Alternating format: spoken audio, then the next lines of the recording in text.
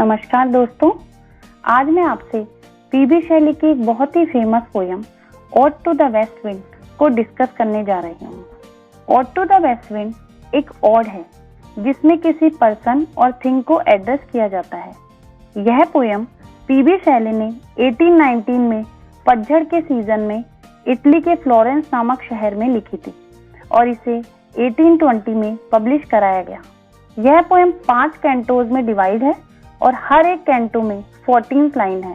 दोस्तों, यह पोयम बहुत लंबी है और हम इसे लाइन टू लाइन एक्सप्लेन करेंगे ताकि आपको ये पोयम डिटेल से समझ आ जाए। तो पोयम के एक्सप्लेनेशन के लिए बने रहिए हमारे साथ।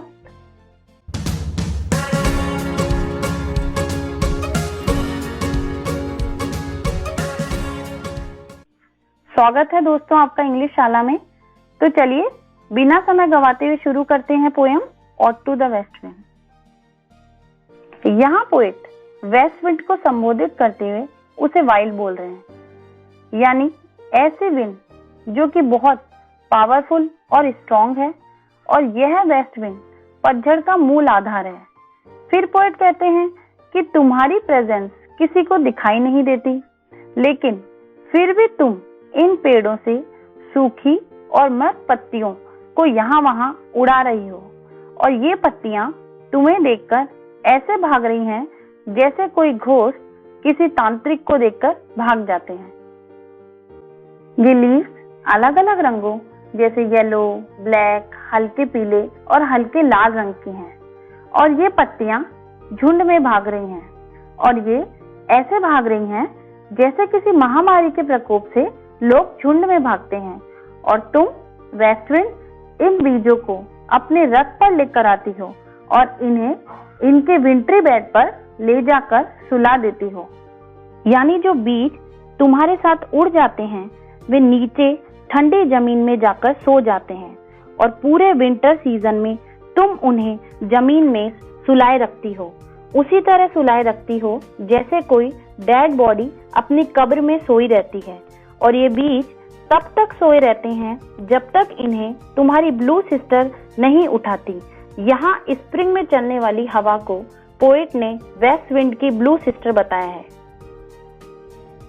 आगे पोएट बता रहे हैं कि स्प्रिंग में चलने वाली हवा अपने शंखनाद से सोई हुई धरती को जगाती है, यानी जो जमीन में बीज सो रहे थे उन्हें वापस उठाती है। तब इन बीजों के बाहर आने से छोटी छोटी कलियां एक समूह में खिलने लगती हैं और ऐसा लगता है कि हवा में फीड करने के लिए कोई भेड़ बकरियों का झुंड आया हो। यानी जिस तरह से भेड़ बकरियों के झुंड ग्रेजिंग के लिए चारों ओर फैल जाते हैं, उसी तरह से ये छोटी छोटी कलियां अपने रंग और खुशबू के साथ मैदानों और पहाड़ियों पर फैल गई हैं। इस प्रकार ये पावरफुल और वाइल्ड वेस्ट विंड यहाँ वहां घूमती रहती है। अब पोएट इसे विनाश करने वाली और बचाने वाली कहकर पुकारते हैं। विनाश करने वाली इसलिए क्योंकि ये पत्तियों को उड़ा देती है और बचाने वाली इसलिए क्योंकि ये बीजों को सुरक्षित स्थान पर पहुंचा देती है। और इस कैंटो के अंत में पोएट वेस्ट विंड से कह रहे हैं कि हे वेस्ट विंड, तुम मुझे सुनो, मुझे सुनो। इस प्रकार कैंटो 1 की समाप्ति होती है। तो आइए दोस्तों अब बढ़ते हैं कैंटो 2 की तरफ। अब इस कैंटो में पोएट हमें बता रहे हैं कि वेस्ट विंड स्काई और बादलों को किस तरह प्रभावित करती है। तो पोएट कहते हैं कि तुम आसमान से धरती की ओर बहती हो और तुम्हारे बहने से बादलों में हलचल शुरू हो जाती है और ऐसा लगता है कि बादल एकदम ढीले ढाले हो गए हों और टूटकर उसी प्रकार गिरने लगते हैं जैसे वेस्ट विंड के चलने से धरती पर पत्तियां इधर उधर बिखरने लगती हैं। और इन्हें देखकर ऐसा लगता है कि कोई बहुत बड़ा पेड़ हो जिसकी शाखाएं तो बादलों में हैं और जड़ें समुद्र में हैं। आकाश में बादलों के टकराने से ऐसा लग रहा है कि बिजली और बारिश के देवता आने वाले हैं, यानी ये बिखरे हुए बादल वर्षा आने के सूचक हैं। और ये बादल आसमान की ब्लू सतह पर चारों तरफ बिखर गए हैं। इन्हें देखकर ऐसा लगता है कि गुस्से में मैनेड ने अपने बालों को फैला रखा हो। ये आसमान में फैले हुए चमकीले बादल पोएट को मैनेड के बालों की याद दिला रहे हैं। दोस्तों, यहाँ ग्रीक मिथोलॉजी के अनुसार मैनेड वाइन गॉड की शिष्या है और ये जब गुस्से में होती है तो इसके बाल खड़े हो जाते हैं। तो जिस तरह से मैनेड के बाल गुस्से में इधर उधर बिखर जाते हैं, उसी तरह वेस्ट विंड के चलने पर ये बादल भी इधर उधर बिखरने से वैसे ही लग रहे हैं। आगे पोएट कहते हैं कि ये बादल चारों तरफ फैले हुए हैं। ये क्षितिज से आसमान की ऊंचाई तक दिखाई दे रहे हैं, यानी जहां तक हमारी नजर जा सकती है वहां तक हमें ये बादल दिखाई दे रहे हैं और ऐसा लग रहा है कि बस तूफान आने ही वाला है। ये वेस्ट विंड ऐसे लगती है कि ये मरते हुए साल का शोक गीत गा रही हो और जैसे जैसे तूफान आने को तैयार हो रहा है, ये बादल धरती के ऊपर ऐसे छा जाते हैं कि ये धरती का गुंबद हो और ये गुंबद एक मकबरे का काम करेगा। तब इन घने काले बादलों से बहुत तेज वर्षा होगी, बिजली चमकेगी और ओले बरसेंगे। अब फिर से पोएट कहते हैं कि हे वेस्ट विंड, तुम मुझे सुनो, मुझे सुनो। तो दोस्तों, यहाँ कैंटो 2 की समाप्ति होती है, जिसमें पोएट ने आकाश में वेस्ट विंड की पावर को बताया है। तो अब चलते हैं कैंटो 3 की तरफ। इस कैंटो में पोएट समुद्र में वेस्ट विंड की पावर को बता रहे हैं। पोएट कह रहे हैं कि वेस्ट विंड, तुमने भूमध्य सागर को जगा दिया है। ये भूमध्य सागर अब तक तो गर्मियों में आराम से सो रहा था और नदियों की धारा इसे थपकियां देकर अपने संगीत से आराम से सुला रही थी, लेकिन तुम्हारे बहने से ये अब नहीं सो सकता।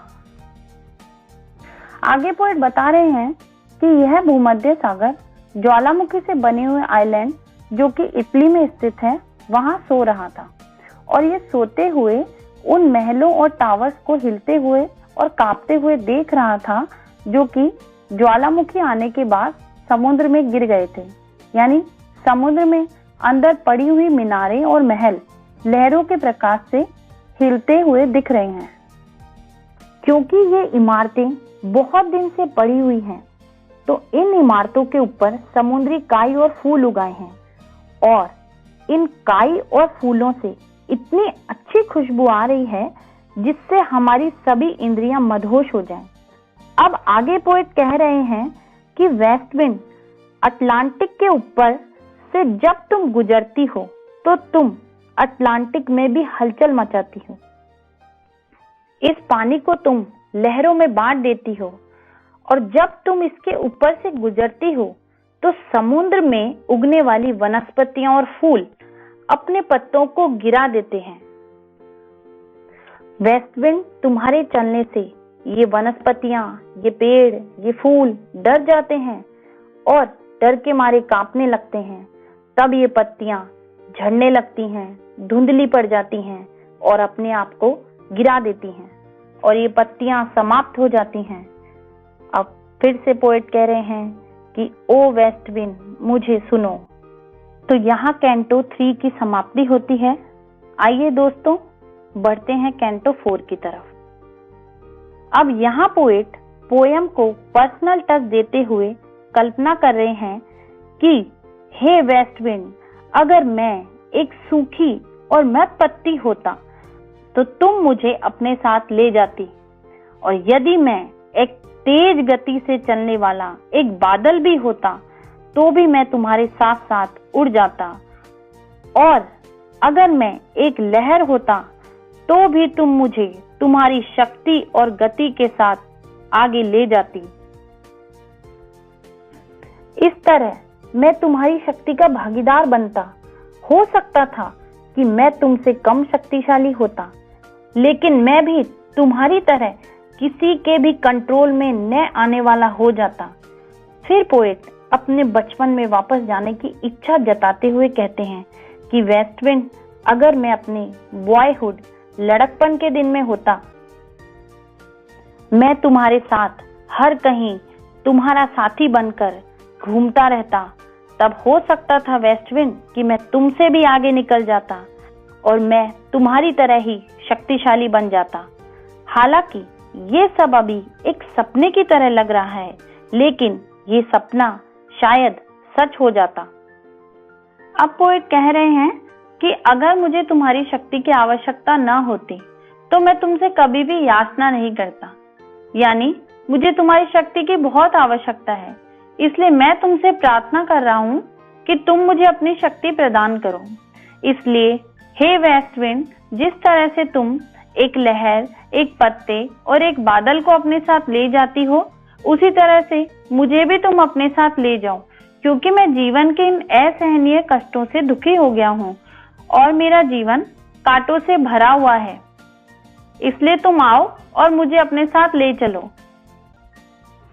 वेस्ट विंड, मैं इस सांसारिक जीवन और समाज के नियमों से बंधा हुआ हूँ, तो मैं भी तुम्हारे साथ प्रभावशाली और शक्तिशाली होना चाहता हूँ।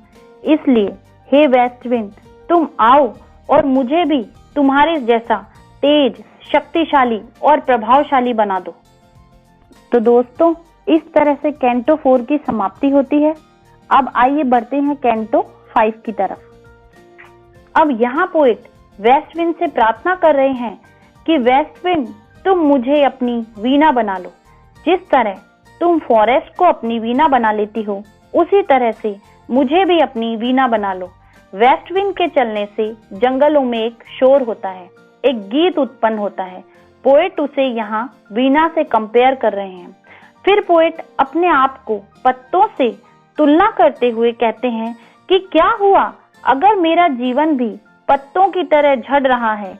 यानी पोएट की यंग एज, यौवन खत्म हो रहा है और पोएट धीरे धीरे बुढ़ापे की तरफ बढ़ रहा है। तो पोएट यहाँ पत्तियों के झड़ने से अपने बुढ़ापे की तुलना कर रहे हैं। अब पोएट कहते हैं, यदि तुम जंगलों या मुझ पर से गुजरोगी तो एक हलचल उत्पन्न होगी, लेकिन ये हलचल भी एक संगीत के समान लगेगी। हालांकि ये गीत बहुत ही उदासी से भरा हुआ होगा, क्योंकि पोएट और जंगल दोनों ही पतझड़ के दुख से गुजर रहे हैं। यहाँ जंगल पत्तियों से अलग हो रहे हैं और यहाँ पोएट अपना यौवन खो रहे हैं। इसलिए वेस्ट विंड, तुम मुझे अपनी शक्ति और साहस दे दो और मेरी आत्मा को तुम जोश से भर दो, जिससे मैं भी तुम्हारे जैसा अनियंत्रणकारी हो सकूं। पोएट कह रहे हैं कि मेरे बहुत से विचार मेरी आत्मा के अंदर ही मर रहे हैं, मैं उन्हें व्यक्त नहीं कर पा रहा हूँ। इसलिए वेस्ट विंड, तुम मुझे पत्तियों की तरह इधर उधर उड़ाओ और मेरे इन विचारों को उसी तरह सब जगह फैला दो जिस तरह तुम डेड लीव्स को सब जगह फैला देती हो। और मेरे जो कविता रूपी मंत्र और शब्द हैं, इससे तुम लोगों को बताओ कि एक नया युग आने वाला है। हे वेस्ट विंड, मेरे इन विचारों को तुम उसी तरह से फैला दो जैसे तुम अपने चलने पर भट्टी की आग को चारों तरफ फैला देती हो। और मेरी इन कविताओं के माध्यम से तुम उन लोगों को जगा दो जिन्होंने अपना हौसला खो दिया है, जो जीवन में उदास हो गए हैं। उन लोगों तक ये संदेश पहुंचा दो कि अब एक नव क्रांति आने वाली है, और ये भविष्यवाणी कर दो कि सारी परेशानियों का, सारे दुखों का अब अंत होने वाला है और एक नव युग आने वाला है। आगे पोएट वेस्ट विंड से पूछ रहे हैं कि तुम बताओ कि जब सर्दियां आती है तो उसके बाद क्या बसंत ऋतु नहीं आती? यानी जीवन में दुख के आने के बाद क्या सुख नहीं आते? अंधकार के बाद क्या उजाला नहीं होता? तो यहाँ हमारी आज की poem ode to the waste wind की समाप्ति होती है। दोस्तों, नीचे हमने कमेंट्स एंड डिस्क्रिप्शन में इस पोयम से रिलेटेड कुछ इंपॉर्टेंट क्वेश्चन दिए हैं जो अक्सर एग्जाम्स में पूछे जाते हैं, तो आप उन्हें पढ़ें और उनके आंसर्स कमेंट्स बॉक्स में दें। हम उन्हें जरूर रिव्यू करेंगे। अगर आपको यह वीडियो पसंद आया हो तो प्लीज इस वीडियो को लाइक करें और हमारे चैनल को सब्सक्राइब करना ना भूलें। दोस्तों, आपके कमेंट्स हमेशा हमें मोटिवेट करते हैं, तो प्लीज इस वीडियो पर आप अपने विचार जरूर हमसे कमेंट्स में शेयर करें और आप इंग्लिश से रिलेटेड जिस भी टॉपिक पर नेक्स्ट वीडियो चाहते हैं वो कमेंट्स करके हमें जरूर बताएं।